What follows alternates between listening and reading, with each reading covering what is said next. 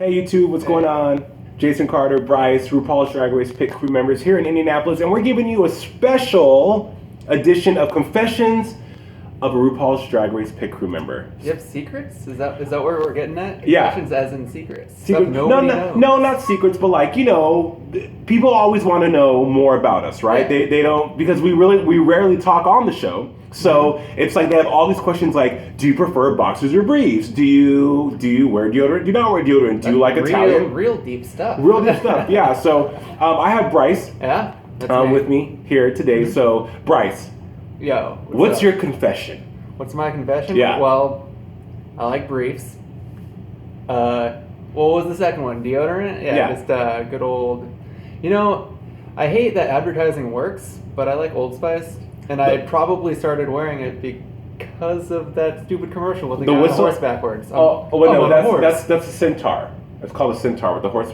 No, it's that guy. It's like, look at me. Oh, look at your man. That guy. Got it. I don't like that advertising works, but I still am okay when it does sometimes if I like it. I don't know. Bryce, people always want to ask us about relationships. Like they always want to know, like, through social media and through what images we show people, you see what you can create your own reality, and people always want to know, like, are your relationships so perfect? Blah blah blah blah. And I think being on TV and being in the public eye definitely adds like a different element to relationships, wouldn't you say? Yeah, because you're not just you when you're by yourself. It's when someone's like, oh, your boyfriend or whatever, so and so. It's like, what's that about? Right. Like they automatically lump you into. Yeah. So assumptions and whatnot. Now, since you've been on the show, has it like how have your relationships changed? Like, you people obviously know that you're straight. Yeah. So how has people who are maybe not like in your world or in your social circle that maybe aren't as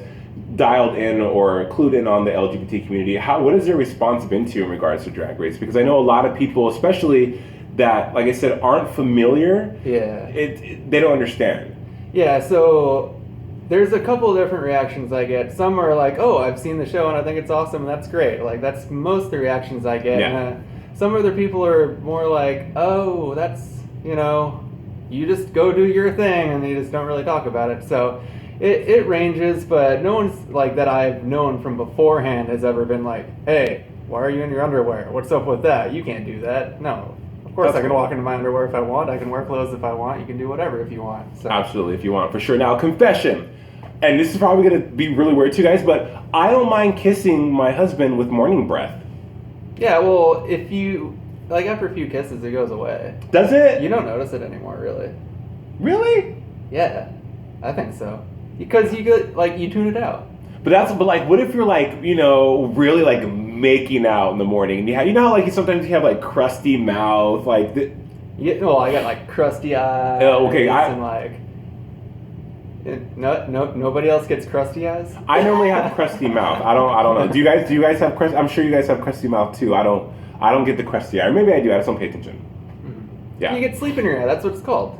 But what causes that? What causes sleep in the eye? In the comments below, let me know what causes sleep in the eye. I can totally Google it, but I want to hear your take on it because it wasn't there before you went to bed. Really emotional dreams. Yeah. You're crying. You're like, I was it's like, so touching. Did your eyes have wet dreams at night? No.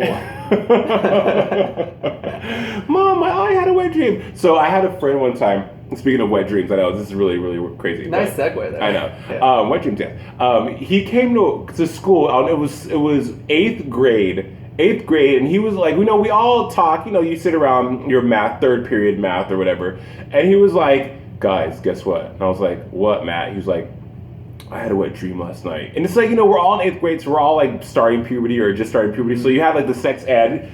Yeah, talk like the year before. Yeah, they like talked the about fifth grade one, and the like sixth grade nocturnal one. emissions, and you're Yeah, just like, it's like, and you're like, ooh, I want to get one of those, and then it became like, did you have one? Did you have one? Like, it's like the Easter Bunny is gonna, like, Santa Claus is gonna visit you at night with a nocturnal emission. Like, yours is coming June 12th. Oh boy, can't wait. That's like what, 2 days? Totally, Oh man, I've never had one of those ever. I had like one once. Lucky bastard. It was like in high school. In high school. Yeah, I remember it. I was like, well, that was weird. and then that was it. No, I never had one. Mm-hmm. I have a twin brother. I don't know if I'm gonna ask him. Brandon, I don't know if he had one either. Weird. Nice conversation. Like, hey, with your family. can I talk to you real quick? Speaking of getting back in touch and catching up on small talk, by the way, back in the 90s, did you ever experience something called nocturnal emission? I digress, gross. I'm talking about nocturnal emissions. So Indianapolis is really, really cool. What I love about the Midwest is that, like, everyone's so nice. Everyone's so just open to whatever. Like, because I mean, they're like that in LA too, but here in the Midwest, it seems like it's more like a family type of vibe. Yeah, I like it a lot out here. Plus, cheaper food. Gross. Yeah. Bryce is on a mission, you guys, to have a White Castle burger. Yeah, I can't do it. I can't do it. California doesn't have them except when they're frozen in the frozen aisle, and then you got to microwave it, and then you put a little ketchup or mustard on it, and like. I don't want one from the actual place. I mean, once again, advertising working. Harold and Kumar. It's like I just gotta try it. Try it? No, I don't. I had one once, and I was like, "What am I eating?" It didn't even taste like a burger. It was like it's just 2 bites. 2 bites of nothing good. If I'm gonna have a burger, here's how it goes down. Confessions of a Drag Race Pitcrew member. I'm gonna keep it real. Mm-hmm. Hierarchy of burgers. Okay, so I'm from Albuquerque, New Mexico originally, so we have a thing called Lotta Burger there. You've heard of Whataburger? We have a Lotta Burger. Fan-fucking-tastic. Really good. That's one. In-N-Out Burger. You can't go wrong with In-N-Out Burger. I mean, In-N-Out's the #1 go-to for just a plain burger. If I want something fancy, there's a few other places I'd rather go. But Umami? That's like a little... there's this place called Simsi's in Manhattan Beach. Fantastic burger. Yeah? Love that one. Yeah, but it's not really a chain, so... What about Red Robin? Red Robin, I have a gift card there for like months. I haven't gone and used it. Dude. It's pretty good. That's where we're waiting for dinner. Hello. Hey. Yeah, I'll go back to my room in LA. And then get my gift card so we can go get some Red Robin tonight. Oh, okay. So that's 5. So 5. Okay. Can we give McDonald's an honorable mention? Is that okay? Or for being so cheap, you go in there, it's like $1 and you get a McDouble or whatever. Dude, or $1.50 McDouble. Pick 2 for $5. You can get 2 Big Macs for $5. Yeah, I mean, McDonald's maybe not the best, but it's the most recognizable. Look, we all grew up on McDonald's. And you can get it everywhere. Like, I was in China one year, and I was dying with food poisoning, and I needed something, like, that I was used to. Not some, like, soup with a duck head in it. And I went and got McDonald's. You said... It saved my life. Wait, so you... Okay. Because I'm listening to you, you said you were dying of food poisoning, so the thing you go eat is McDonald's? Yeah, well, because I was in China with a group of like 80 like alumni band members from UCLA, so it's all old people. But then we got all this food, and the old people didn't want to eat it because they're all like, "Oh, I just like steak and potatoes." So I felt bad that like heaps of like prawns and like all this random food was like not getting eaten. So I was the guinea pig, and I just stuffed myself with all the food. And then I ate way too much of something one day, and then knives in my stomach, throwing up all night. It was awful, and I needed something familiar, and that was McDonald's and KFC. Dude, don't even get me started on KFC. Amazing, but did you die when that Double Down came out? I almost died. Well, you ate it, or you were just like it was 4 pounds of salt. Offended that KFC would be promoting coronary disease, heart disease, and a coronary through this Double Down. It didn't even look delicious, man. Dude, it killed. It was like a ball of salt.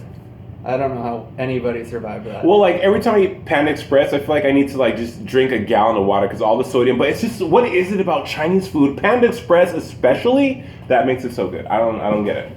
They're a good deal if you want like lots of protein. You go in there and you get their teriyaki chicken, and it's just like loads of chicken. Right. It's fantastic. But then it makes you really gassy. I don't like eating anything like protein heavy before I go to bed because then I sleep far, and people don't need to be. You wake yourself up. Yeah. Because you don't get a good sleep because you're just like, oh shit. What was that? Yeah. What shit was it? Or like you're blowing up the room and you're like, what's that smell? Oh fuck. It was the Panda Express. Open a window. Alright, well there you go. Yeah. We talked about stuff. Confessions. Actually, look. Okay, now that we're in Indianapolis, I'm gonna go and have a White Castle burger with you. Yeah, thanks. We can. I'm sure they're great. The experience. I'm sure they're great. Yeah, I'm not White Castle. I had one 20 years ago. It was a Crystals. I think they're similar, but I mean, whatever. Yeah. All right. So we out. Follow us on YouTube. Follow us on YouTube. Follow us on Instagram. B, what's your Instagram?